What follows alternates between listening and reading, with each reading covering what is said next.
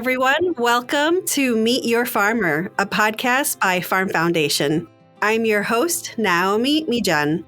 If you don't know Farm Foundation, we're a nonprofit located in the Chicago area, working to promote understanding at the intersections of agriculture and society. We've been accelerating solutions for agriculture since the 1930s, and we're excited to have you join us for this episode of our new podcast. The goal of this podcast is to help you get to know just a little bit more about the American farmers who are producing the food, fuel, and fiber we all use every day. I'm excited to welcome Amanda Butterfield to the show. Amanda is Director of Corporate Partnerships at the Meat Institute, and she also owns and operates a farm in Pennsylvania. With her husband and daughter, they raise beef cattle at Maple Valley Cattle Company, which is a 180-acre cow-calf operation. The farm was recently selected as a finalist for the 2024 Pennsylvania Leopold Conservation Award, which honors farmers and forestland owners who go above and beyond in their management of soil health, water quality, and wildlife habitat on working land. At her farm, Amanda uses strategies like rotational grazing, cover crops, integrated pest management strategies, and has preserved the farm's woodlands and wetlands and native grasslands to improve soil health and support biodiversity. There's a nice video on YouTube by the Pennsylvania Friends of Agriculture Foundation where Amanda walks you through the details of her farm. I'll link it in the show notes and recommend giving it a watch. And she let me know that her daughter Evelyn is also joining us on the podcast, so it will be great to have her perspective in the conversation as well. Welcome to you both. Thank you for having us. Appreciate it. So this is going to be kind of a loose conversation, but to begin with, so I gave a little bit about your operation just from what I saw online, but could you tell us a little bit more about your operation today, you know, what you raise and other aspects of the operation that I didn't highlight? You stole most of my thunder, but yes. So we are a cow-calf operation in southwestern Pennsylvania, located in the Laurel Mountains. So we do live in a mountainous area.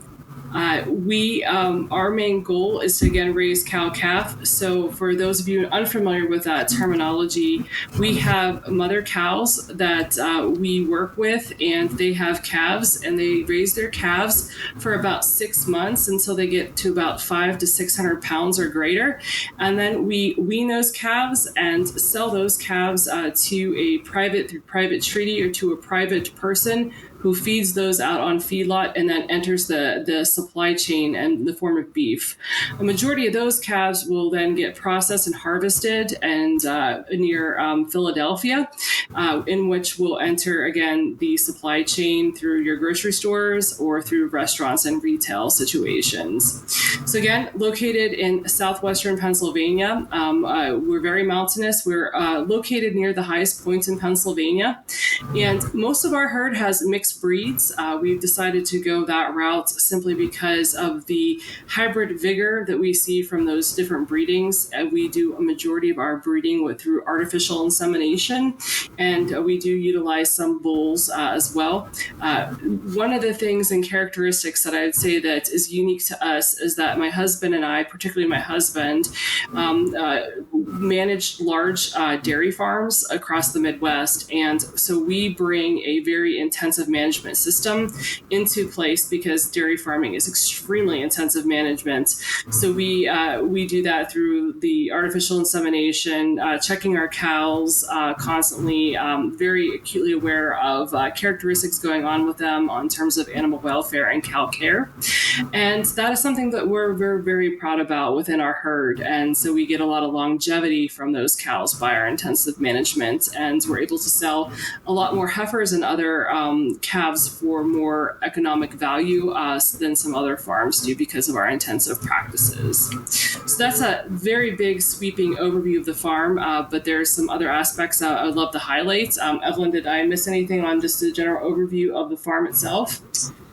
For the general, I would say no. I think it's important to highlight the rotational grazing that we do, which rotational grazing is when we have a big field, but we divide it up into smaller areas and move them intensively, so maybe once a day or even twice a day throughout these small areas so that they eat the grass better. And so when they move off the grass, it gives the grass more time to grow back up before they come back to it, instead of just letting them, pick and choose what they want or overgraze certain areas. I think that really makes this different than a lot of farms in our area. We that's a really big thing that we do is intensively graze. So I think that's important to remember.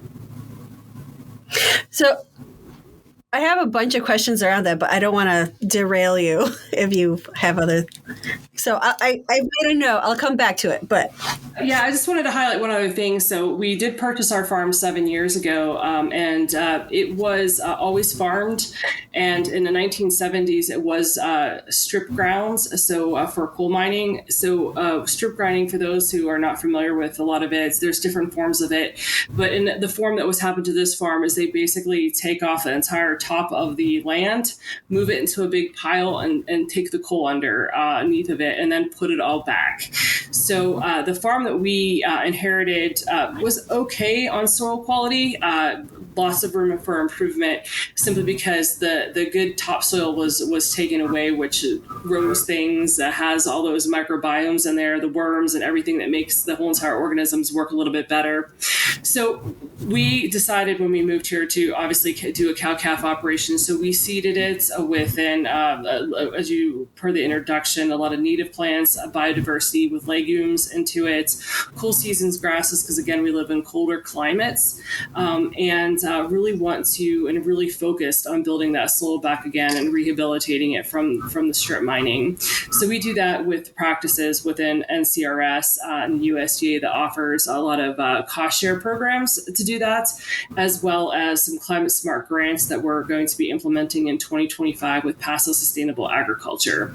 So just wanted to give a shout out to some of the soil things that we're working on, and we're not alone. There's a lot of farms across the United States that do these things and have been implementing plans like this for years. And listeners, just a quick correction here. We should have been saying NRCS. It stands for Natural Resources Conservation Service. I'll let Amanda explain more. It is a department within the USDA that covers the conservation practices and resources.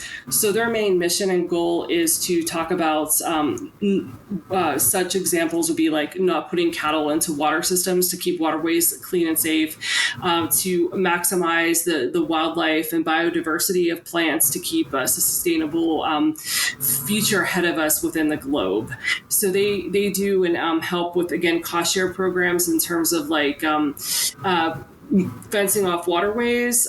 They help with fencing and putting pipeline down to in the ground so that you don't have to run your cattle across the farm for them to get water, so that you can always be moving that water resource with them, so that does not degrade the land as much.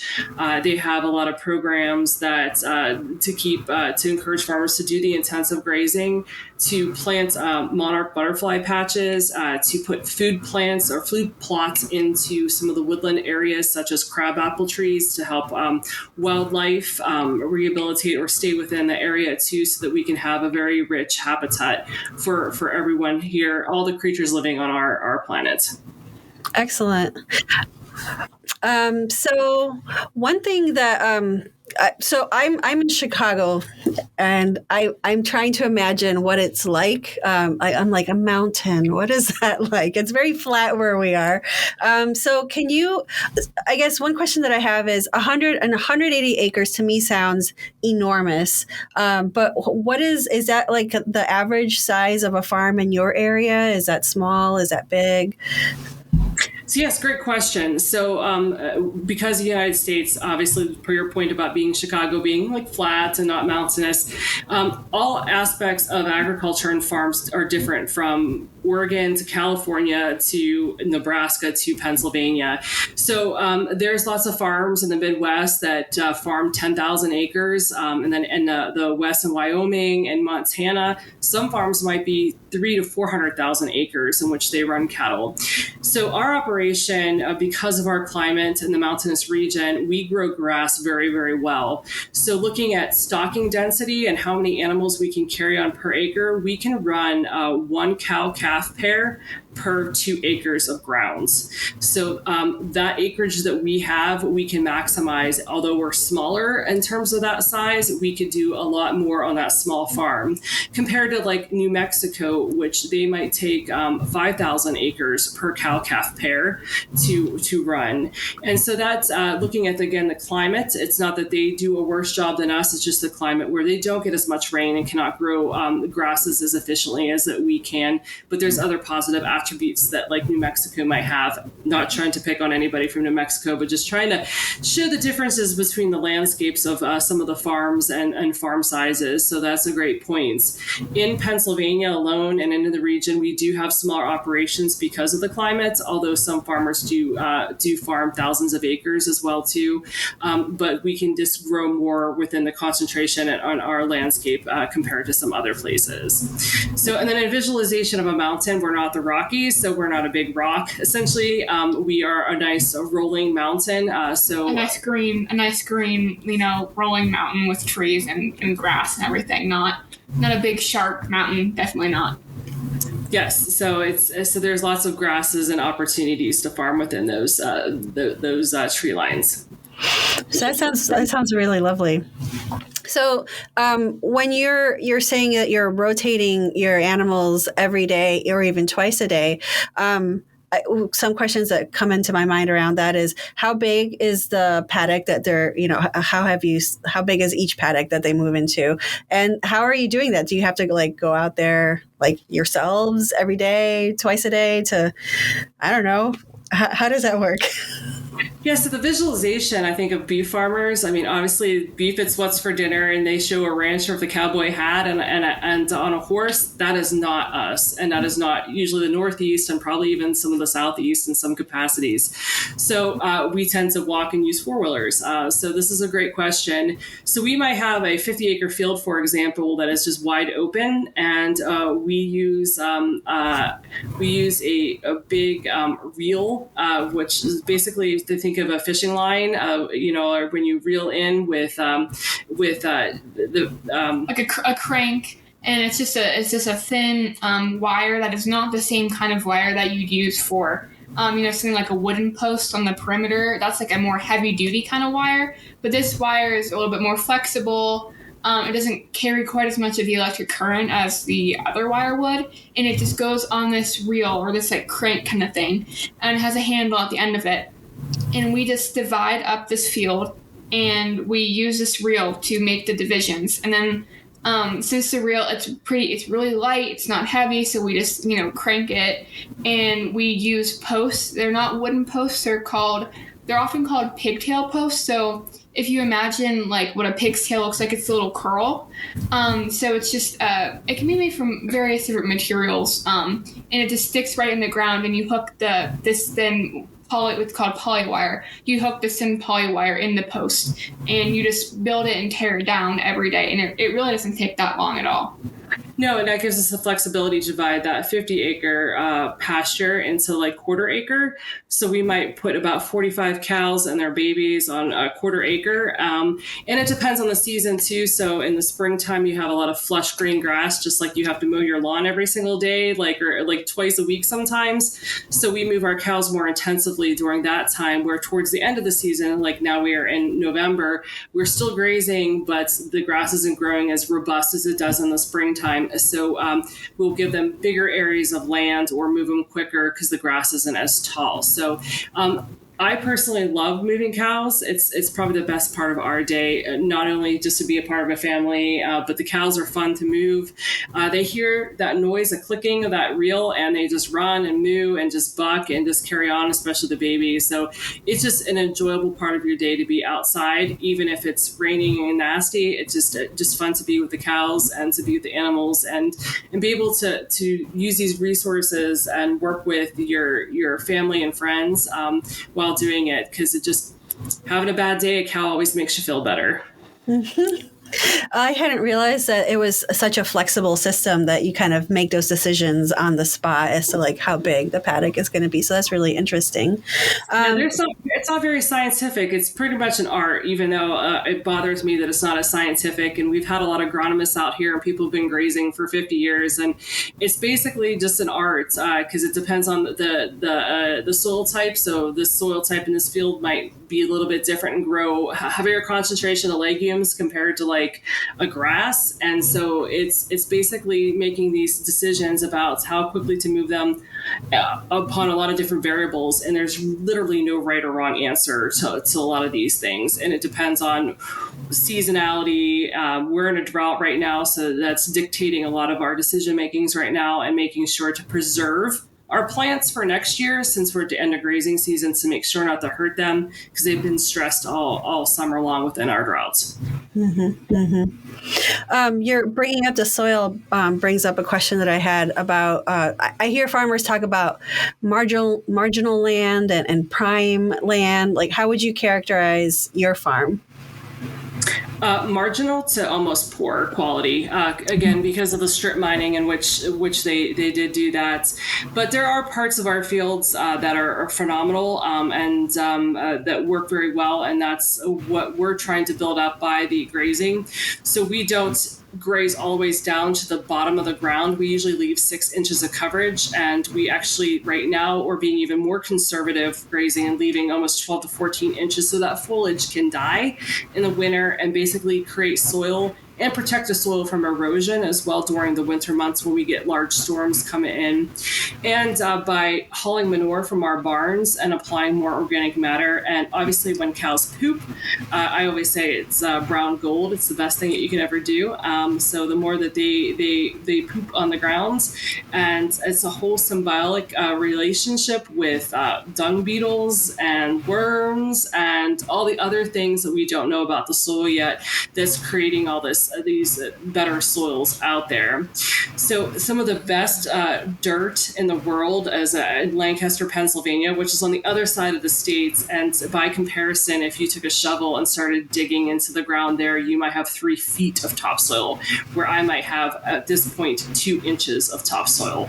So that is what we would like to create and replicate that model, because on Lancaster soil, they can grow so much more food in concentration compared to where we're at. And they have a better climate. They have a longer growing season because they're closer to the ocean and lower elevation.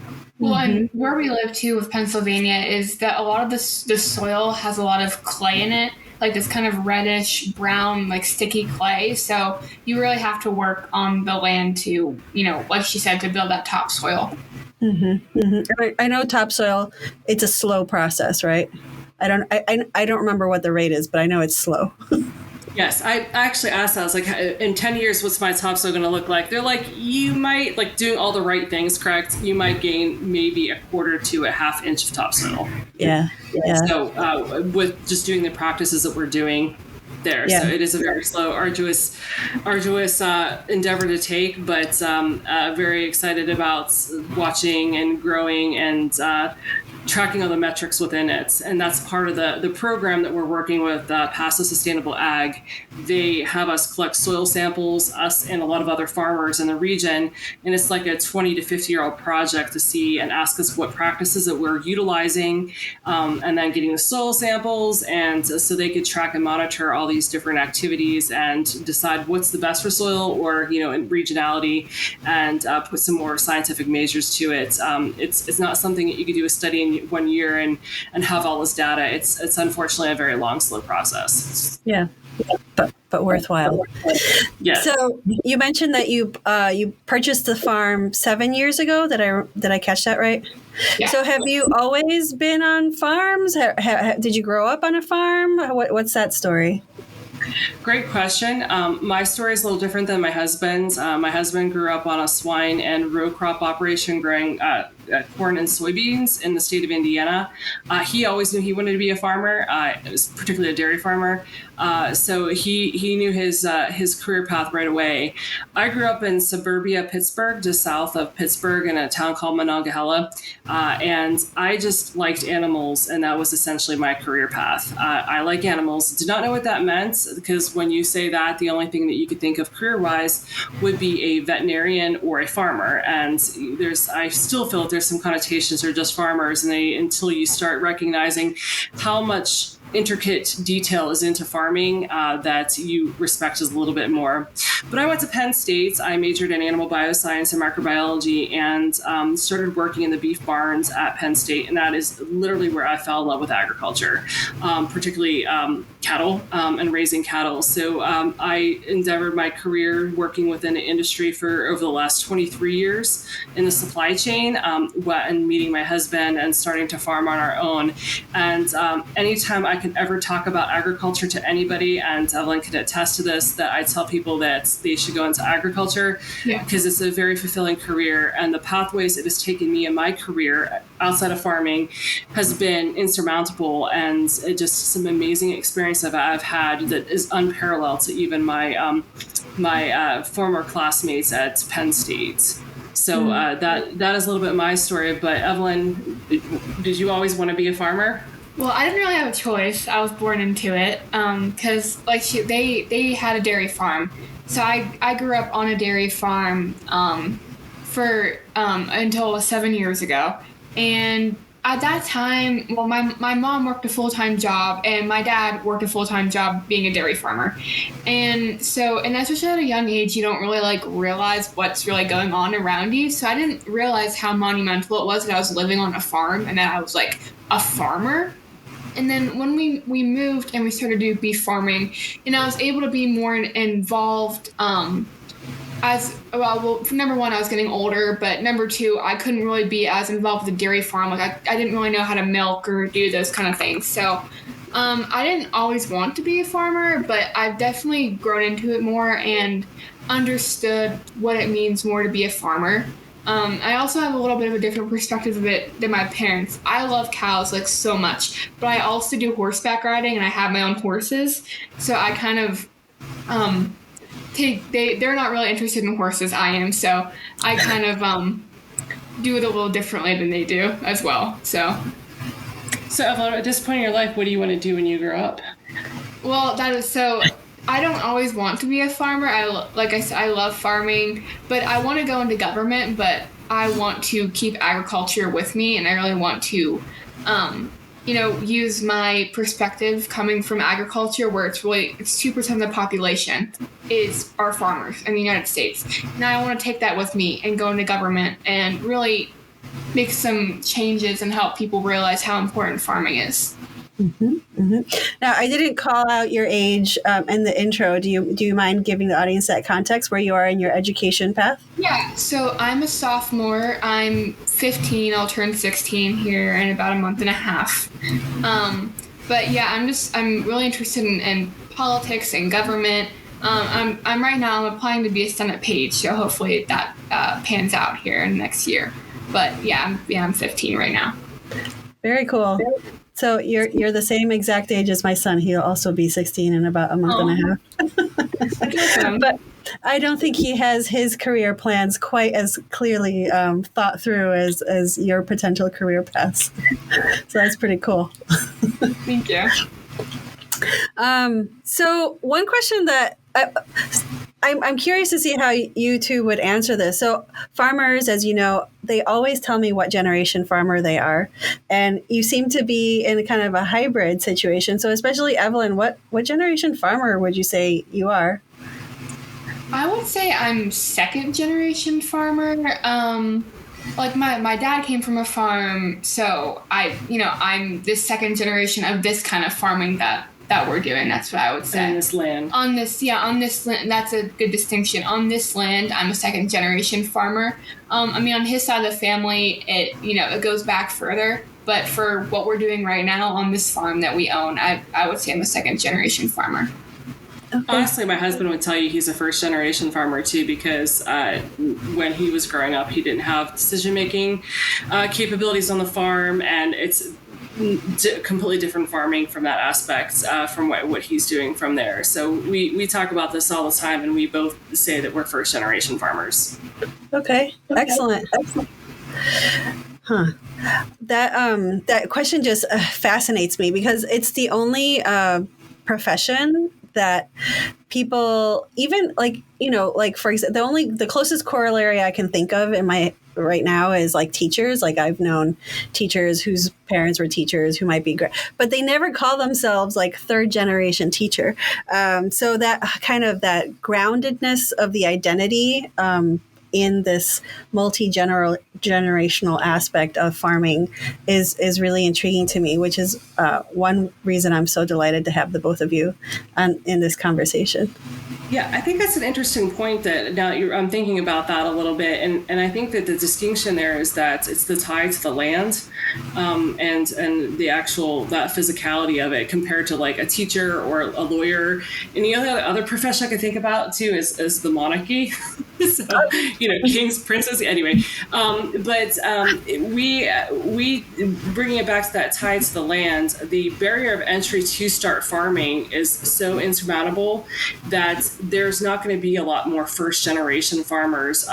So looking at the purchase of my farm, we purchased our farm again 7 years ago. The price of our farm, if we were to sell it today, is pretty much doubled within 7 years. And the cost of machinery, the cost of just inputs, even bare minimal, like I'm going to buy used, I'm going to buy all this other stuff, is the amount of capital that you need to start farming is so massive that it's literally impossible for a first generation to start farming unless they have cash on hand from other resources.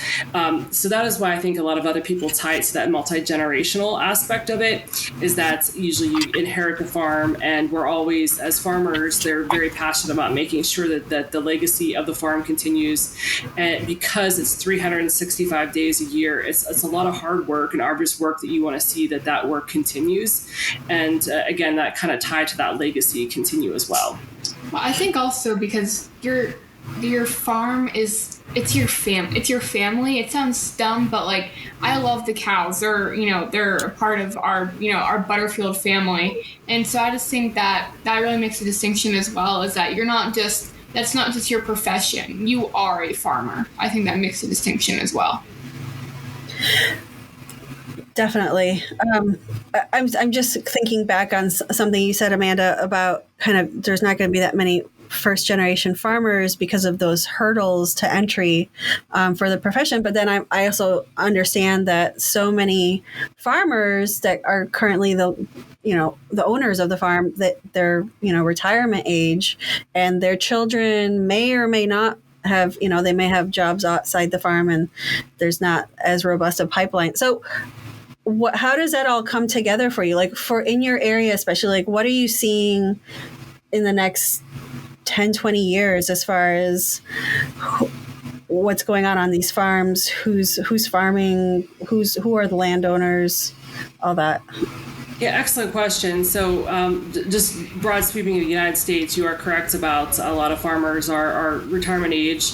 A lot of kids got off the farm, went and got an education, have great paying jobs, right? They have 4 weeks vacation and healthcare, so they're not willing to necessarily come back to the farm to work 365 days a year.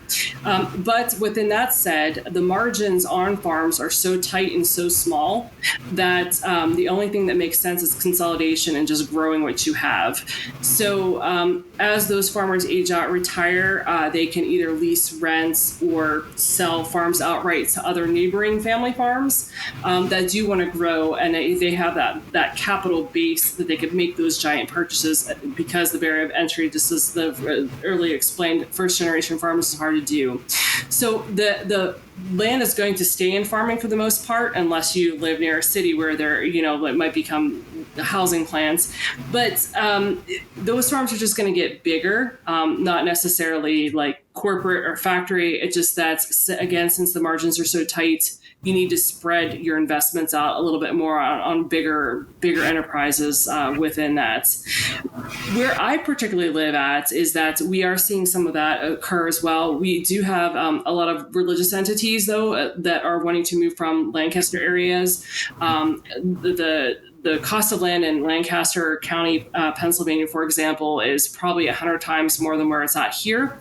So some of the younger generations might get some cash from their parents, or they're selling their farms for higher dollar amounts in Lancaster and moving out here. And when I say some of the conservative groups, that would be Amish, German Baptist, and some of the Mennonites that are moving in to our area as well too.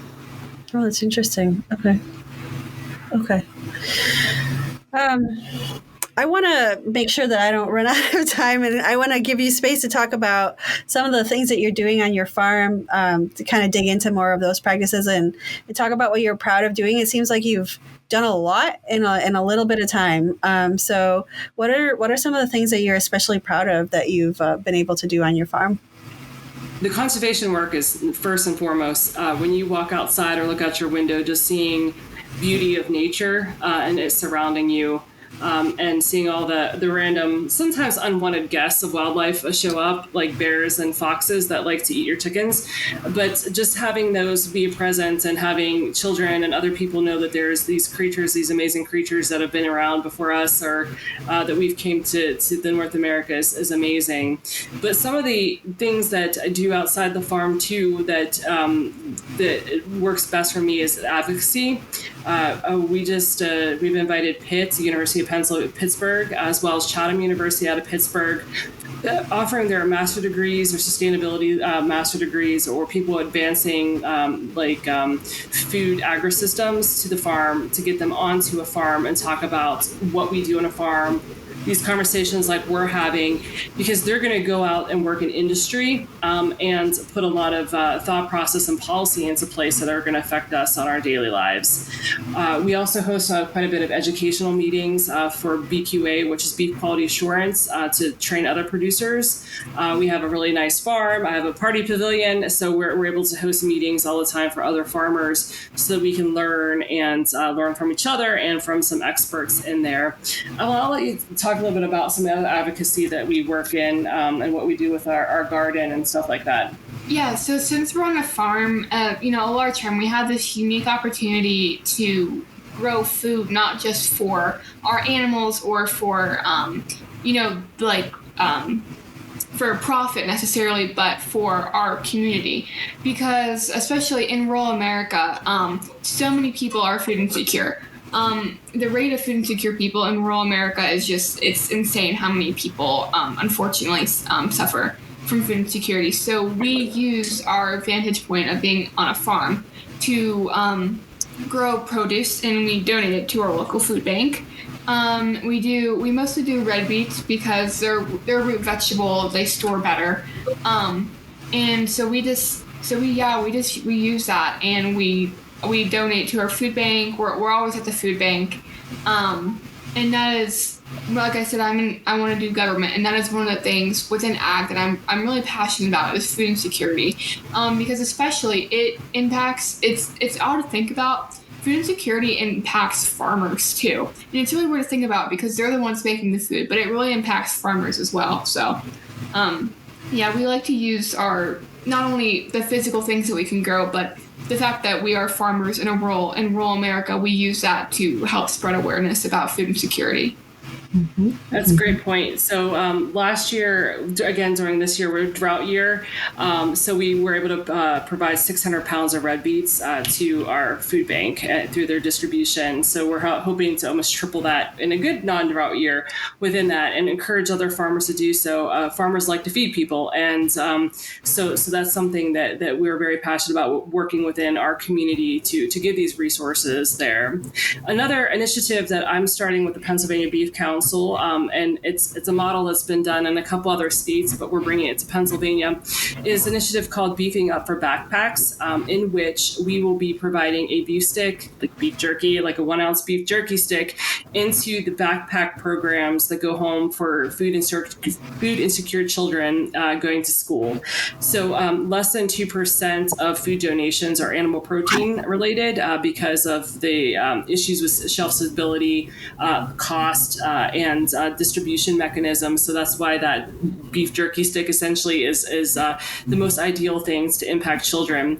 So The state of Colorado was the first state to kick it off. They're distributing about 20,000 beef sticks per week. Our estimated need in Pennsylvania is going to be 500,000 to 600,000 to 700,000 a week because of the population density. So the folks at the Pennsylvania Beef Council and I are working together to implement this program, just one tiny step at a time. But that is something that's very impactful for us to be able to provide nutrient-dense food to children, and hopefully we can get them addicted to beef too before they're out in the world and buying their own food. Getting addicted to beef. I mean, I've had some really good beef sticks, so I could definitely see that being a path. When you were talking about the groups that are coming into the farm, it sounded like university groups and kind of other outside, like maybe they're coming, but from a greater distance.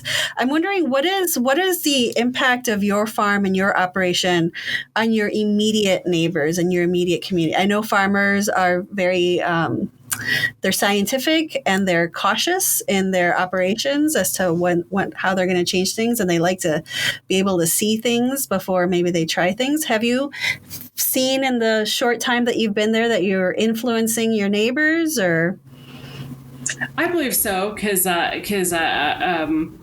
some of the things that we implement and talk about, I think sometimes farmers need permission to do things from other farmers, because you read a lot of lofty things and they are very scientific and a little bit cautious, because there's so many things that we can do, but we always have to tie it back to economics, and by doing some of the things and programs that we implement, they see the results. Some of the funny comments we get is that when you come down the one hillside, you could see that be big through a car driving through, you can see our giant hillside, and someone would be like, why you have your cows trained? They stay in this little tiny space all the time. And so it's like, no, we're intensively grazing. And they're like, well, why do you do that? And then you talk about how you're managing your grass better, and I can wean more pounds of beef per acre than someone just putting all their cows out there and letting them stay there for months without any kind of management systems. So I do believe that we are, but there's also a lot of neighbors that we learn from as well too, that are doing the same kind of work, and we feed off each other's ideas to be as efficient as possible and learn as much as possible too, because there's so many resources out there. How do you encapsulate all those in what you're doing on a daily basis?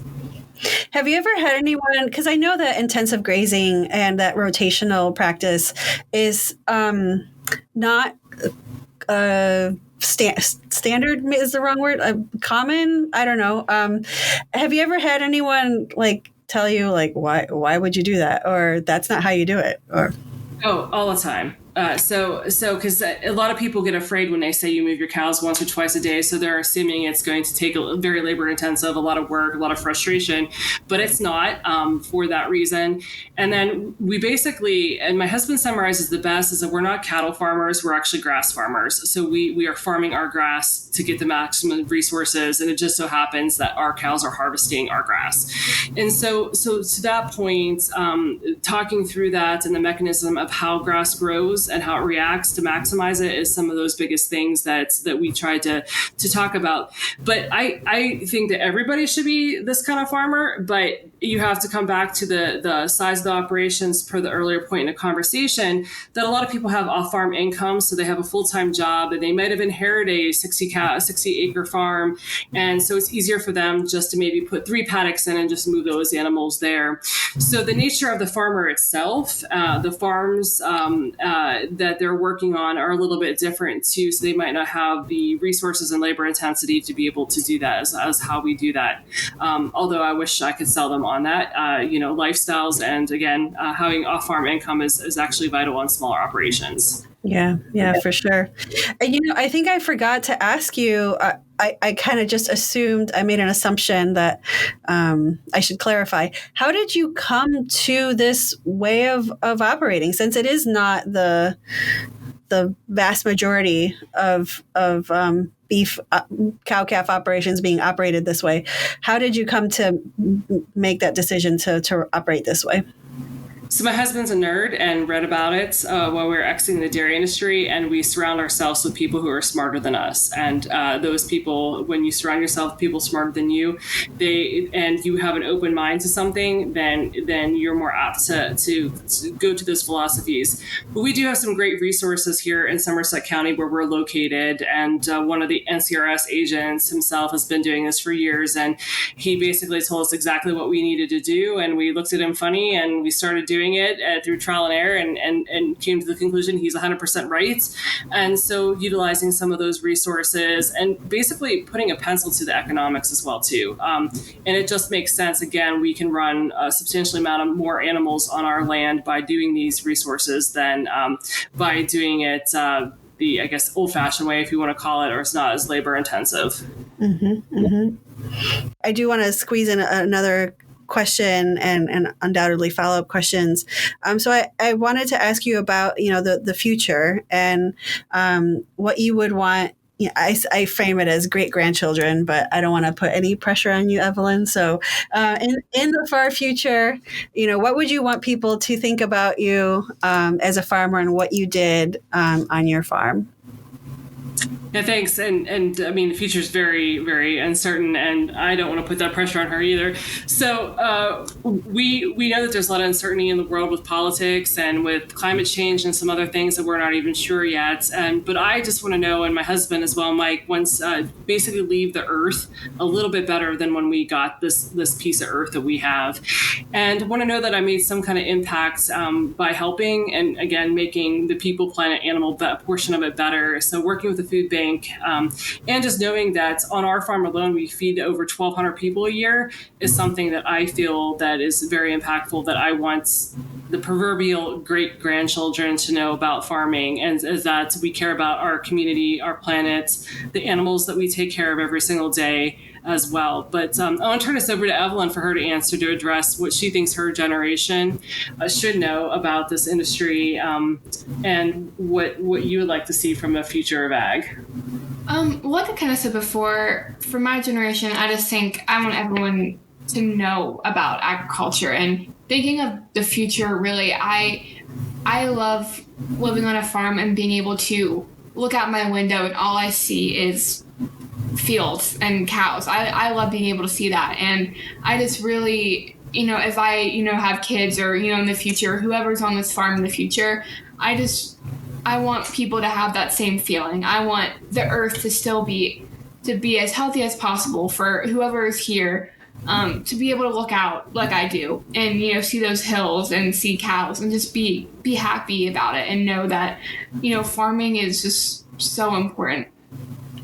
So if I have a question for you, she attends a private school, about 45 minutes away, and all the kids there are in the city-ish kids. So when you tell them you're a farmer, what are their first reactions? Well, that is a good point to bring up. People just don't understand what farming is. Definitely not. I also, over the summer, I attended a American Politics Academy at Georgetown, which is in D.C. And especially then, because those kids are really from the city, as say farmer, and they're like, what do you like? They picture like overalls and a straw hat, and that is certainly not what farming is. So I just want people to know that farming is it's a way of life. It's a job. It's the future, and it's really everything. And just it's so much hard work. And farming, certainly there are maybe some old-fashioned aspects of it, but farming is just like so insane for how smart these people are, how much technology and how much thought goes into farming. It's not just giving the cow some hay and getting eggs from a chicken coop. It's looking at data, and it's, being very meticulous about what you do. Using satellites now, yeah. GPS, tracking, virtual fencing. You can move your cows on your smartphone instead of using reels in the future. Cost investments within those. Our neighbor milks with robot cows, and they don't have to milk cows anymore. So I think people are blown away by the technology as well, in implementing, again, that the American Gothic photo of the pitchfork and overalls is what their initial thoughts are. And they get blown away by seeing some of the farmers and what we do. Excellent. Well, I look forward to following the ever greater success of your operation, and I'll find you guys on social and add you to my feeds. So that'll be great. Awesome. Thank you very much for this opportunity. Yeah, thank you for having us. Thank you for joining us. And thanks to you for listening to this episode of the Meet Your Farmer podcast from Farm Foundation. Be sure to check out our other episodes in this season. If you have recommendations for farmers we should have on the show, or have any other feedback, please let us know.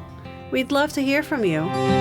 If you liked what you heard, be sure to subscribe and share the podcast with your network.